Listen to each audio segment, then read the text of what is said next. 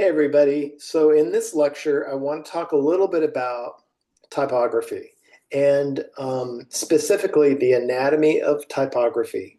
I know in this particular section of reading that you are encountering at the moment, there is a chapter that covers typography extensively during the period of the 18th century. So beginning around 1690 on order of the French king, right, Louis. Um, he wanted to upgrade what was mostly at that time very calligraphy oriented typography. So it was the beginning of this era of the 18th century when typography really underwent um, a lot of revolutionary change. So it's a great chapter. And I know for the graphic designers in our group, you probably find it very interesting. Um, so one of the early parts of discussion in the chapter are covering how typography moved from this achievement through drafting like a chisel or calligraphy to more of a mathematical, mechanical construction. So I feel like it's important for me to drop this lecture into the module so that you can learn a little bit more and maybe do a little bit more of your own research into the anatomy itself of typography. And what does that mean, anatomy of typography? Well, it refers to understanding that there are visual elements that come together to form the letters in a typeface. And basically, the anatomy of typography, it includes like um, the arms, the strokes, the spines, the shoulders, the tails. Uh, Quite a few terminology elements here that I'm going to try to at least show you when I share my screen.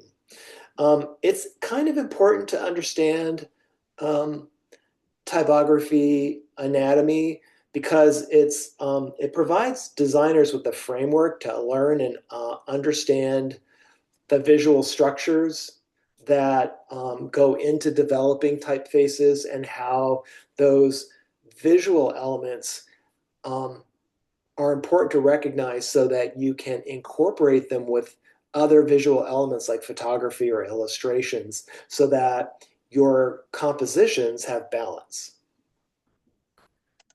Let me go ahead and share my screen now.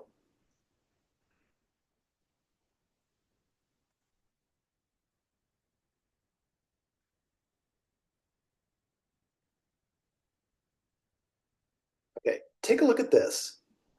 This is a visual to explain the anatomy of a typography. And in this video lecture, I just want to go through these elements so that you can note them for future use. And I'll probably put this image into our module as well. So note here that there's a baseline and an X height. That is over there on the left.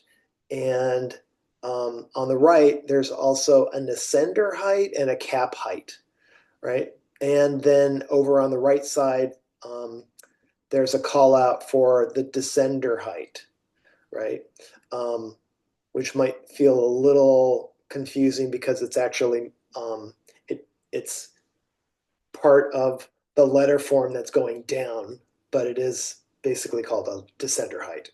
Um, Baseline is always sort of, I don't know, it's pretty easy for all us to understand, especially if we've done some cursive writing in our past, but that's what the letter forms sit on. And that's kind of a very important part of typeface. X height is a little bit more technical, but you could see where it plays an importance on different typefaces because some typefaces might have a very large type X height, and then they might have corresponding smaller ascender heights or descender heights. So they're kind of more full and have obviously different aesthetic properties to something with a smaller X height. But the X height basically is that horizontal line that runs across all of the lowercase letters at their maximum height without their ascenders. Let's look at cap height, because oftentimes we're working with an initial cap in a typography, and that represents the top of cap letter forms.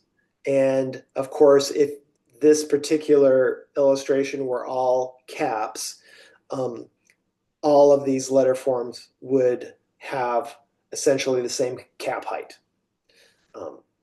What is an open counter or a bar or a stroke? Well, the strokes are, I guess they're similar to stems. Stems and strokes are the same. I call them strokes, but they can also be referred to as stems.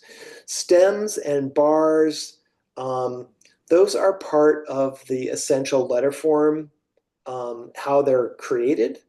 And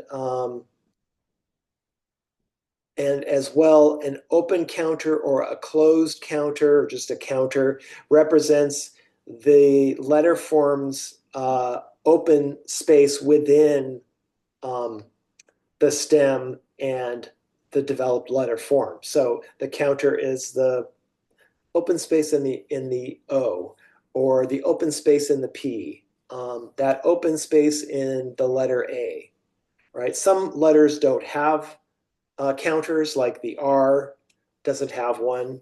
And there's also additional elements like the ear and the loop, a terminal teardrop, which will happen on some of the lowercase letter forms like the A and the E. And then the classic ascender and descender, which are shown here in the P and the H. I guess for a question to consider is, does the lowercase y have an ascender or a descender? I guess the answer would be it has a descender. In this particular typeface, it has a descender, and the Y also has a teardrop terminal, right? Because that descender comes to a teardrop form, right? The other thing that you'll probably learn along the way of understanding the structure of typefaces is that of the different families or categories of typefaces, such as serif or sans serif, or Egyptian or slab serif or cursive. Some of these I'll talk about in a separate video, but hopefully this gives you some context so that as you're going through the chapter and doing the reading, you understand a little bit more about the mechanical part of these typefaces. All right, I'll stop sharing and enjoy and continue the reading.